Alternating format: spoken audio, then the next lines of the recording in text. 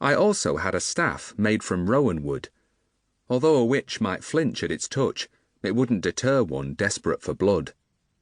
Unlike Spook Johnson's staff, mine lacked a silver alloy blade. There was a sudden shriek from somewhere to the east, close to the canal.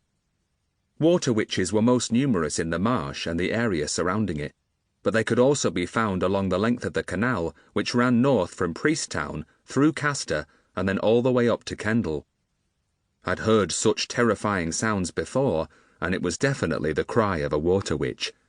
At least it was some distance away, and in the opposite direction from my line of travel, but witches could sniff your presence from a great distance. Even now, one might be heading towards me at speed. The mist was thickening, and the damp was now starting to penetrate my cloak.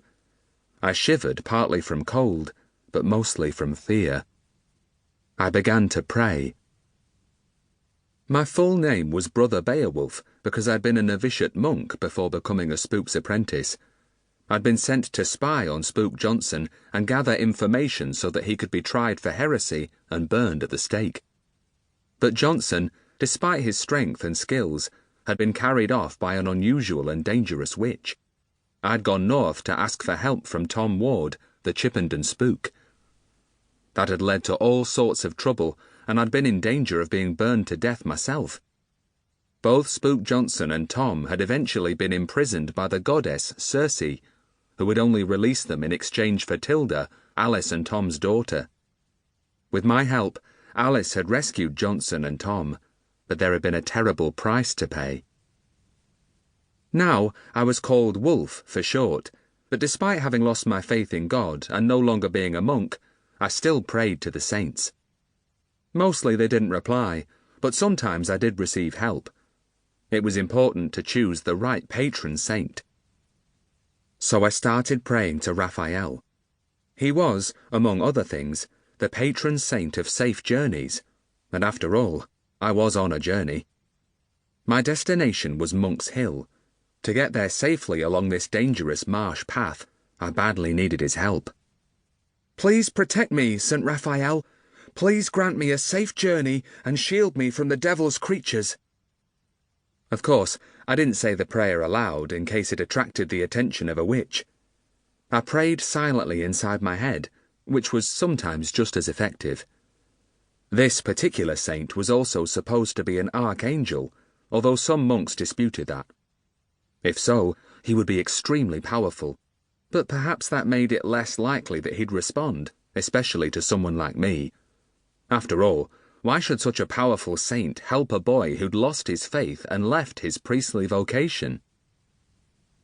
The path seemed to be getting even more slippery, and I slowed my pace. I was very close to the lake now. It was less than 2 feet from the path, and I could just make out the calm grey surface of the water through the mist. I thought I heard a noise. The slightest splash no louder than a single raindrop falling into the water, but it was enough to bring me to a sudden halt. I waited there, holding my breath, my heart hammering in my chest. Apart from my own breathing, there was silence. I couldn't even hear the distant sound of Spook Johnson's footsteps. For a big man, he could be light on his feet. I really did hope he was following me and wasn't lagging too far behind. I took another tentative step forward, then another. Once again, I was walking along the path, but this time more slowly than before. It happened so quickly that I didn't have time to react. There was a flutter in the mist to my right, a movement over the water, a suggestion of white wings. Then something pushed me really hard, thumping into my right shoulder. It was enough to knock me off balance, and I fell to my left, away from the water. Had the saint pushed me? What had I done to deserve that? Maybe he was unhappy because I'd turned away from being a monk. But then, something large surged up out of the water like a salmon leaping up a waterfall. I had a glimpse of a wet body wrapped in rags. Terrified, I saw tangled green hair, long yellow fangs, and taloned fingers reaching towards me. My fall had taken me beyond the clutch of the water witch, but the creature landed on 2 webbed feet close to the edge of the lake and reached down towards me.